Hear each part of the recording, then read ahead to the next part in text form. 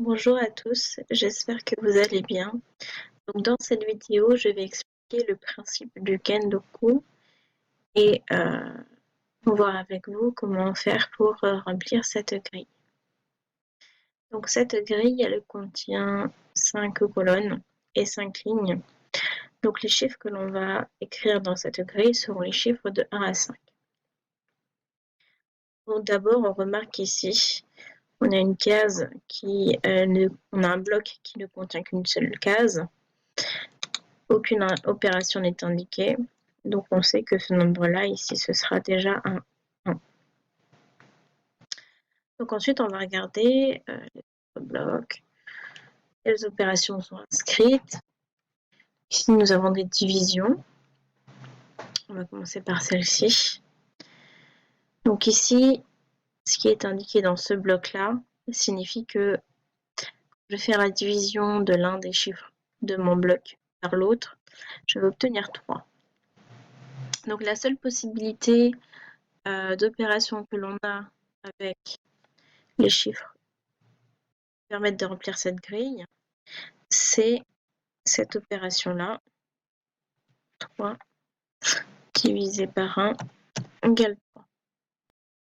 Ça permet donc de savoir que les chiffres que je vais devoir inscrire dans son bloc sont le 1 et le 3. Alors ensuite, il faut se demander positionner précisément le 1 et où positionner précisément le 3.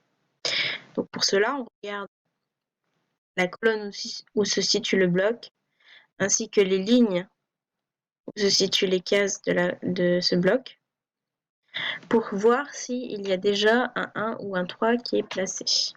Donc c'est le cas, on voit que sur cette ligne-là, il y a un 1 qui est placé. Donc cela nous indique que dans cette case-ci, il ne pourra pas y avoir le 1. La seule possibilité restante est donc le 3. Et donc maintenant que j'ai positionné le 3, je vais pouvoir positionner le 1. Donc ensuite, on va passer avec cette division-là. Avec les chiffres dont on dispose, on peut avoir comme opération 2 divisé par 1 égale 2. Et on peut avoir aussi 4 divisé par 2 égale 2. Donc ici, on remarque que les cases qui forment mon bloc se situent sur des lignes où il y a déjà le chiffre 1. Donc on va éliminer cette opération-là. Et la seule opération possible restante, ce sera celle-ci. Donc je sais que les chiffres que je vais mettre dans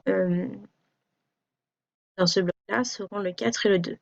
Par contre, pour l'instant, je ne peux pas savoir où se situe précisément le 4 et où se situe précisément le 2. Donc ce que je peux faire, c'est que je peux indiquer en plus petit et d'une autre couleur le 2 et le 4. Savoir que ce sont des possibilités.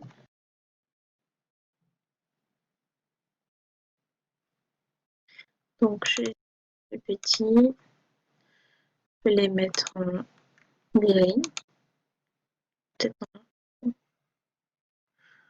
en vert.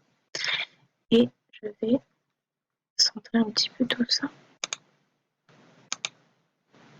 Voilà. Ensuite, on continue. On peut s'intéresser par exemple aux multiplications. Alors, je préfère commencer par les divisions et les multiplications parce qu'il y a beaucoup moins de calculs possibles. Par exemple, pour faire cette soustraction-là, on va avoir 5 moins 4, 4 moins 3, 3 moins 2. Donc, ça, ce qui nous fait déjà beaucoup d'opérations. Alors, celle-ci, nous avons 25.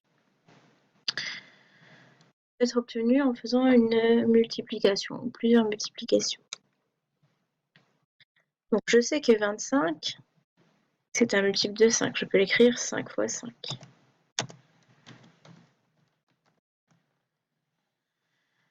Donc ici, j'ai une troisième case qui compose mon bloc.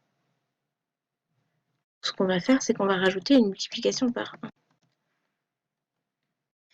C'est la seule façon d'obtenir 25 avec les chiffres de 1 à 5. Je sais que pour ce bloc-là, les chiffres qu'il faudra écrire seront le 1 et ensuite écrire 2 fois le 5. Bon, on ne peut pas mettre 2 fois le 5 ici parce que sinon ils se retrouveraient tous les deux dans la même colonne. On ne peut pas mettre les 2 5 ici parce que ils se retrouveraient sur la même ligne. La seule possibilité, c'est de mettre un 5 ici, l'autre 5 ici, et ici, c'est de mettre un 1.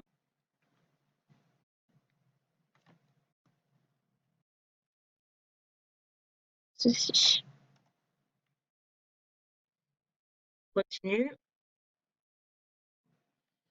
Alors juste ici, il faut juste que mes possibilités, je les mette aussi dans l'autre case. Alors on va s'intéresser à cette première colonne. On sait que le 1 est déjà rempli. Le 2 et le 4, ils vont se situer ici. Donc ils ne pourront pas être dans cette case-là. Le 5 est déjà rempli, donc le seul chiffre qui nous reste, c'est le 3.